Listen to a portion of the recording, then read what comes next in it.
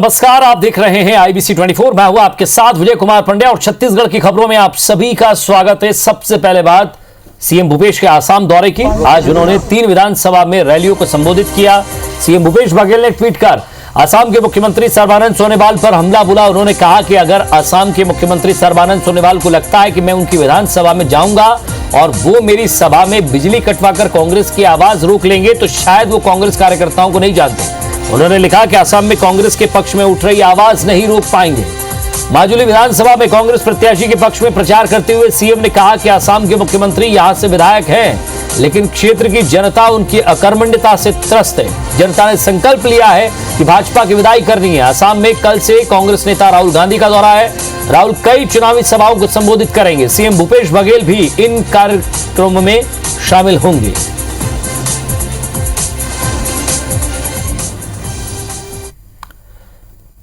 और कोरोना काल में आर्थिक चुनौतियों का सामना कर रही छत्तीसगढ़ सरकार एक बार फिर 1200 करोड़ की राशि कर्ज लेने जा रही है। न्याय योजना की अंतिम किश्त देने के लिए सरकार ये कर्ज ले रही है। कोरोना की वजह से राजस्व के स्रोतों में आई कमी और केंद्र सरकार से मिलने वाली राशि नहीं मिलने की वजह से सरकार के सामने आर्थिक संकट है। अब तक राज्य सरकार करीब 45,000 करोड़ कर्ज ले चुकी है।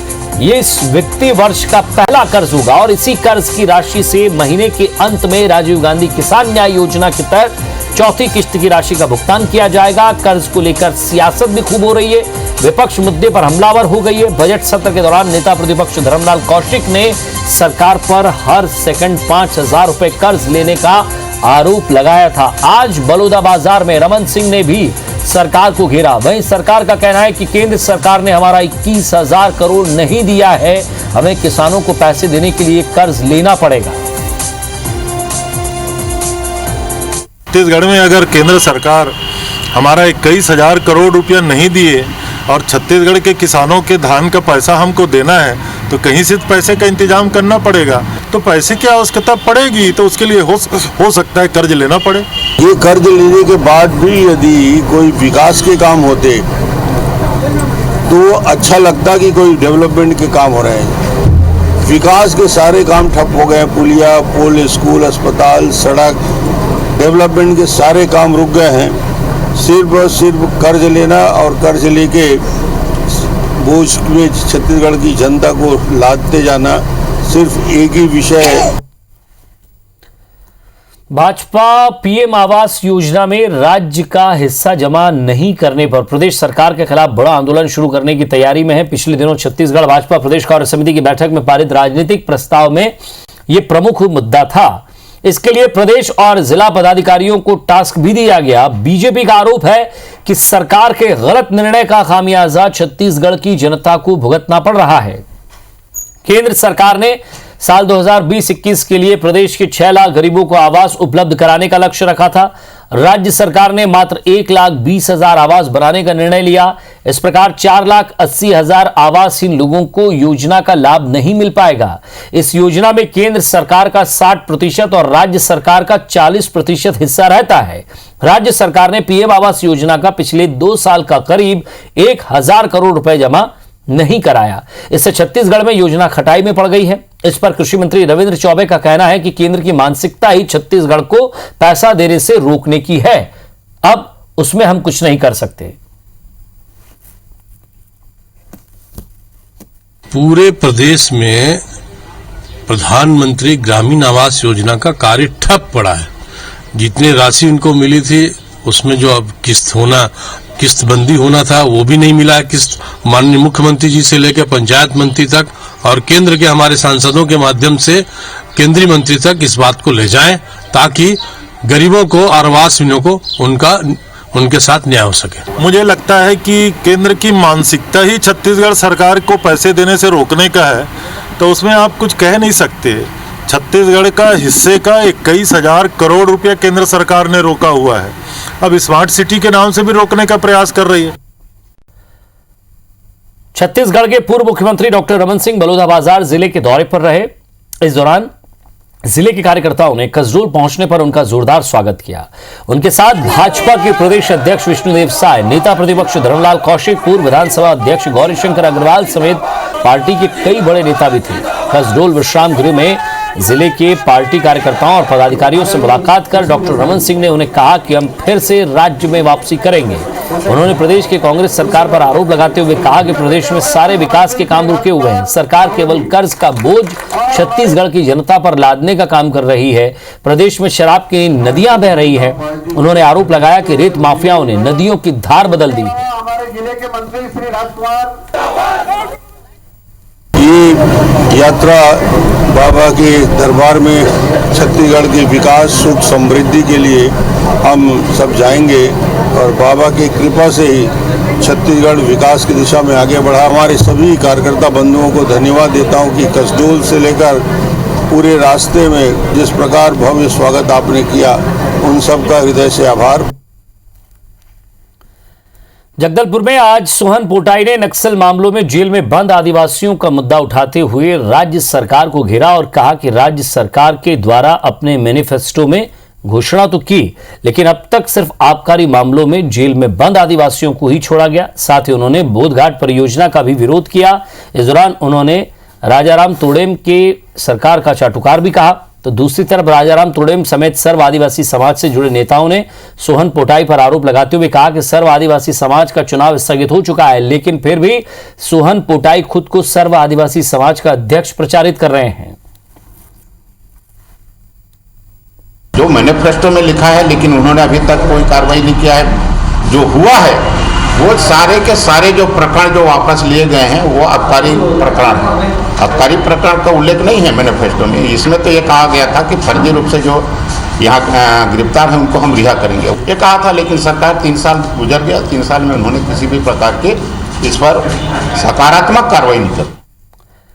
भारतीय जनता युवा मोर्चा ने छत्तीसगढ़ पीएससी में लगातार हो रही गड़बड़ियों को लेकर प्रदेश सरकार के खिलाफ मोर्चा खोल दिया है। भारतीय जनता युवा मोर्चा कार्यकर्ताओं ने गुरुवार से प्रदेश भर में चरणबद्ध आंदोलन की शुरुआत की। 10 सूत्री मांगों को लेकर चरणबद्ध आंदोलन की शुरुआत कर प्रदेश में युवा अधिकार हस्ताक्षर अभियान चलाया गया। भारतीय जनता युवा मोर्चा का हस्ताक्षर अभियान प्रदेश के सभी जिलों में जिला स्तर से प्रारंभ होकर मंडल स्तर तक चलेगा और क्रमबद्ध जारी रहेगा। और इसी कड़ी में प्रदेश भर में हस्ताक्षर अभियान के साथ भारतीय जनता युवा मोर्चा सभी जिला मुख्यालयों में धरना प्रदर्शन करेंगे। आंदोलन के अंत में राजधानी रायपुर में बड़ा प्रदर्शन कर भारतीय जनता युवा मोर्चा कार्यकर्ता पीएससी कार्यालय का घेराव कर राज्यपाल को ज्ञापन के साथ युवाओं के हस्ताक्षर प्रति सौंपेंगे।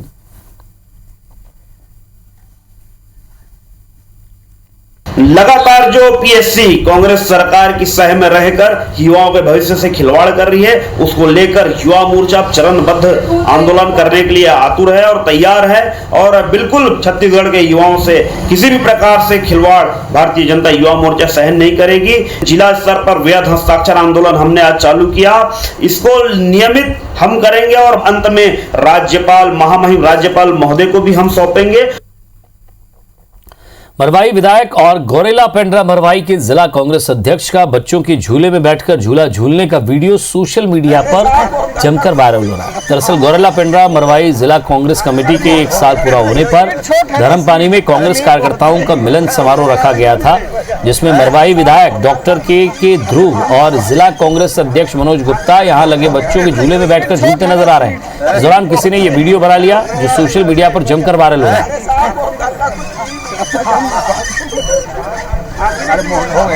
सीट छोट है ना, सीट तकलीफ होती है।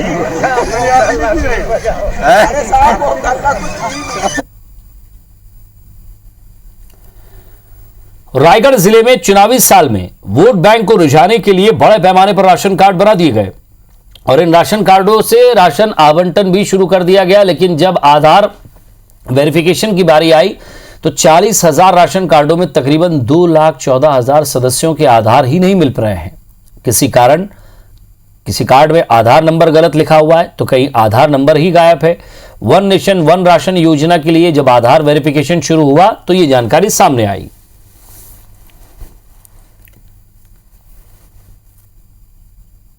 चालीस 40,000 लोगों को राशन से वंचित करने की नई कवायद है। क्या ये माना जाए अगर सरकार सही है तो कि अभी तक जो 40,000 लोगों को जो राशन दिया जा रहा था वो फर्जी था? कहाँ गया वो राशन? कौन खा गया? ये सब सरकार जानबूझ करके गरीबों को परेशान करने की नीयत से सब काम कर रही है। तो 40,000 कार्ड जो भारतीय जनता पार्टी ने अपने चुनाव में लाभ लेने के लिए बोकस राशन कार्ड बना दिए थे, अब उनकी सत्यता प्रमाणित हो रही है और जिनके आधार कार्ड नंबर नहीं मिल रहे हैं उनको ये काटा जाएगा। रायगढ़ जिले में कुल कार्ड हैं 4,18,000, जिसमें सदस्य संख्या 14,30,000। त्रुटियाँ इस प्रकार पाई जिसमें स्पेलिंग गलतियाँ हुई हैं, लेख में भी कुछ त्रुटि है, इसके कारण से इसको त्रुटिपूर्ण माना गया है, जिसके अभी सुधार कार्य किया जा रहा है। जिसमें इधर कोंडा गांव में मुख्यमंत्री सुपोषण अभियान से जोड़कर स्व सहायता समूह की महिलाओं को रोजगार उपलब्ध कराने की पहल की जा रही है। उड़ान आजीविका केंद्र में काम कर रही स्व सहायता समूह की महिलाएं बच्चों को कुपोषण से बचाने के लिए सूखा राशन सप्लाई करेगी। इसके तहत बच्चों को कोदो, फली दाना, तिल, तेल, शक्कर उपलब्ध कराई जाएगा। उड़ान आजीविका केंद्र में आयोजित कार्यक्रम में जिला पंचायत अध्यक्ष देवचंद मातलाम और जिला पंचायत सीईओ देवनारायण कश्यप मौजूद रहे।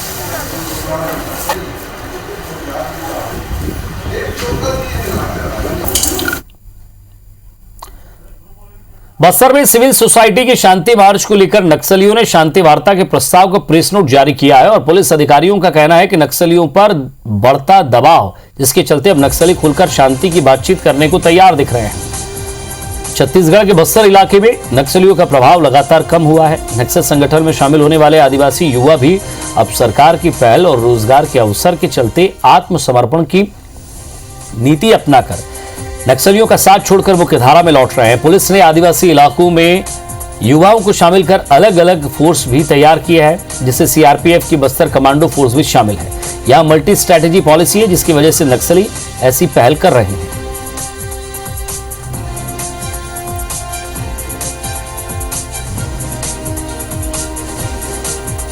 कोई भी विषय का आगे बढ़ना है, यदि सकारात्मक पहल करना होगा, सबसे पहले हिंसा त्याग करना पड़ेगा। कहने में और करने में काफ़ी फर्क है, लेकिन शासन का मंशा हमेशा है, जो सुरक्षा बल का जो इरादा है, इस क्षेत्र में शांति व्यवस्था बनना चाहिए। काफ़ी बड़ी संख्या में आत्मसमर्पण कर रहा है और कई कैडर्स मतलब नक्सल के संगठन छोड़कर भी भाग जा रहा है। यह सकारात्मक संकेत हमको जो मिल रहा है।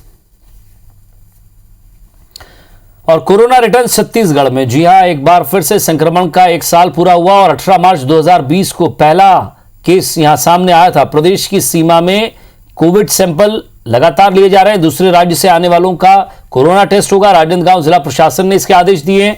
डोंगरगढ़ में राज्य की सीमा पर ही जांच हो रही है। वहीं होली में कोरोना गाइडलाइन का पालन करना अब जरूरी होगा, क्योंकि त्योहार के मद्देनजर दुर्ग जिला प्रशासन के द्वारा ये निर्देश जारी किए गए। उन्होंने कहा कि सार्वजनिक जगहों पर नगाड़े नहीं बजेंगे, होली में समारोह नहीं होगा।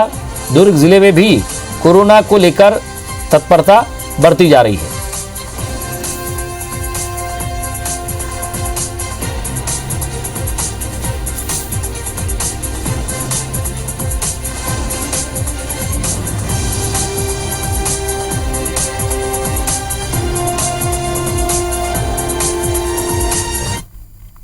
फिर से संक्रमण का दूसरा दौर दिखाई दे रहा है। हमने तो जो कोरोना का गाइडलाइन है उसका पालन किया जाना चाहिए। होली छत्तीसगढ़ में और पूरे हिंदुस्तान में बहुत पवित्र त्यौहार माना जाता है, लेकिन कोरोना के बढ़ते हुए संक्रमण को देखते हुए अपना बचाव सबसे पहले, इसलिए होली बचाव करते हुए लोग मनाएं, ऐसा हम लोग अपील करेंगे। गैदरिंग्स को के नंबर्स में रिस्ट्रिक्शन किया है। सभी लोगों से अपील है कि मास्क और सोशल डिस्टेंसिंग का पालन सभी लोगों को करना चाहिए, सभी लोगों को प्रिकॉशन लेना चाहिए। प्रशासन किसी भी रूप में नहीं चाहता है कि लॉकडाउन जैसी स्थिति बने। कोरोना से बचने की बुनियादी चीज़ें हैं, जैसे मास्क का उपयोग करना, सैनिटाइज़र का उपयोग करना, सोशल डिस्टेंसिंग का पालन करना, रिहायशी इलाकों में, व्यावसायिक इलाकों में, होटल, दुकानों में, सब जगह जाके पूरा राउंड लेके हमने जागरूकता के लिए लोगों से अपील की है। इधर कोरोना के मामले फिर से बढ़ रहे हैं, लेकिन अपनी सुरक्षा अपने हाथ में ही है। इसके लिए मास्क लगाने और सोशल डिस्टेंसिंग का पालन करने के साथ ही वैक्सीन लगवाकर कोरोना को मात दी जा सकती है। गोयल ग्रुप ऑफ कंपनीज के चेयरमैन सुरेश गोयल ने लोगों से वैक्सीन लगवाने की अपील की है। सुरेश गोयल ने कहा है कि वैक्सीन को लेकर फैलाई जा रही अफवाह के बहकावे में ना आए। उन्होंने कहा कि जागरूकता के जरिए ही कोरोना को मात दी जा सकती है। मेरा एक संदेश है कि वैक्सीन में किसी प्रकार की अपनी जान को, अपने स्वास्थ्य को कोई खतरा नहीं है। आप लगाएं, लगा करके आप देखेंगे वैसे भी आपकी इम्यूनिटी बढ़ेगी और आगे की सुरक्षा की तो करीब करीब गारंटी है इसकी। वैक्सीन लगाने से हमारे शरीर पर किसी प्रकार का दुष्प्रभाव नहीं पड़ेगा और इतने सेंटर खुले हुए हैं, अगर आप रोज़ जाओगे तो हो सकता है ज़रूरत पड़ेगी तो और सेंटर भी खुलेंगे। आप वैक्सीन लगाइए और मास्क को आगे भी लगाना ना छोड़ें। मैं पुनः सब आप लोगों से एक ही अपील करता हूं कि आप कम से कम 2 काम करें। एक, पहला वैक्सीन लगवाएं और मास्क का सदैव उपयोग करें। दुर्ग जिले के पाटन इलाके के खुड़मुड़ा गांव में हुए सनसनीखेज हत्याकांड का पुलिस ने खुलासा कर दिया है। 87 दिनों की तफ्तीश के बाद दुर्ग रेंज के आईजी विवेकानंद सिन्हा ने प्रेस कॉन्फ्रेंस कर बताया कि मृतक बालाराम का बेटा गंगाराम सोनकर ही मुख्य आरोपी है, जिसने अपने माता पिता, भाई और बहू को मारने की साजिश रची थी। पुलिस ने मुख्य आरोपी गंगाराम सोनकर, पड़ोसी नरेश सोनकर और गंगाराम के दोस्त योगेश सोनकर उर्फ महाकाल और रोहित सोनकर को गिरफ्तार कर लिया है। पुलिस के मुताबिक जमीन संबंधी विवाद को लेकर गंगाराम आए दिन अपनी मां और पिता से झगड़ता रहता था, जिसकी वजह से उसने इस खूनी वारदात को अंजाम दिया। पुलिस ने गंगाराम के दोस्त और पड़ोसी से पूछताछ की तो इस मामले का खुलासा हुआ। आपको बता दें कि 21 दिसंबर को खुड़मुड़ा में बालाराम सोनकर और उनके परिवार के 4 सदस्यों की हत्या हुई थी। मुख्यमंत्री भूपेश बघेल, गृह मंत्री ताम्रध्वज साहू और डीजीपी डीएम अवस्थी ने सीधे इस मामले की जांच पर नजर रखी थी। करीब 87 दिनों तक 14 पुलिस अफसरों की टीम ने 250 पुलिस जवानों की मदद से इस हत्याकांड के एक पहलू की जांच की, जिसके बाद ये खुलासा हुआ कि पुलिस आरोपियों से पूछताछ कर उनके घटना के साक्ष्य जुटा पाई।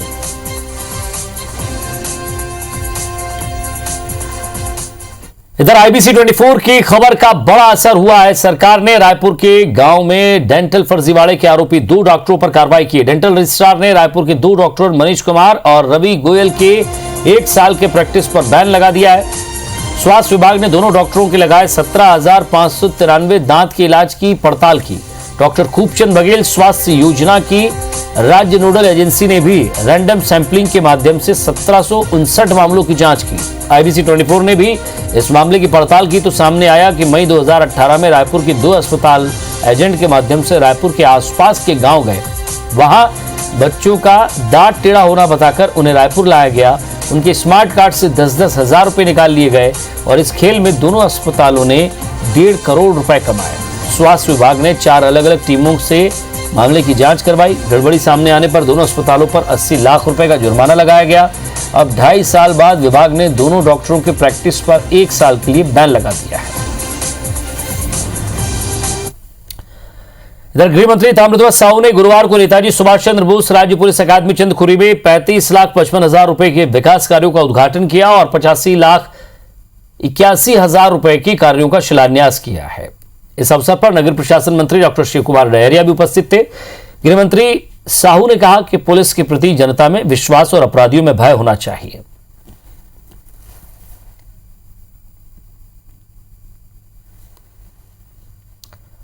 और इसी के साथ फिलहाल इस बुलेटिन में इतना ही। नमस्कार।